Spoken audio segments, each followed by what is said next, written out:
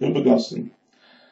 I saw the clips on Dumb Americans and I actually thought they were quite funny as well, although I do have a very strong suspicion that what we saw had been cherry-picked for the really most dumb answers.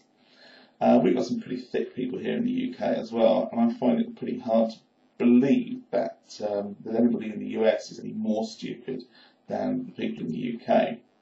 Now, I'm not saying that there aren't more stupid people in the US than there are perhaps in Canada, but if you look at the population of the US, which is some 300 million people, and compare that with the population of Canada, which is about 33 million, or even with the population of Western Europe, which is around about 720 million, then it stands to reason that even if the distribution of intelligence is fairly standard across all the nations, there's going to be 10 times more stupid people in the US than there are in Canada, simply because the population is 10 times bigger. And similarly, there are going to be twice as many daft people in Europe as there are in the US, because again, Europe has got twice the population of America. As far as any kind of awareness for non-American things is concerned, well, we've got to consider that the US is the world's remaining superpower, and although China and India are catching up in terms of economic and military power, they've got a way to go before they catch up with the US completely.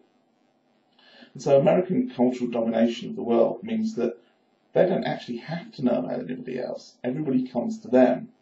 Everybody speaks English, everybody wants to watch American films, everybody wants to watch American TV, everybody wants to read American books, everybody wants to listen to American music, everybody wants the American lifestyle as it's portrayed in the American propaganda.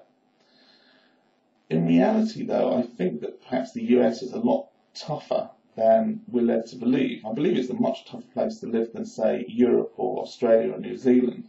And the reason I say this is because the concept of socialism is anathema to most Americans, and as a consequence of that, there's very little in the way of a social economic safety net for people who don't make it. So if you do really well in America, if you're successful in America, then the sky's the limit. If you don't do so well, if you fail, then you are pretty much fucked, because there is no limit to the depths to which you can drop. And consequently, if you lose out, then so do your descendants. So this creates this huge economic underclass that we never hear about.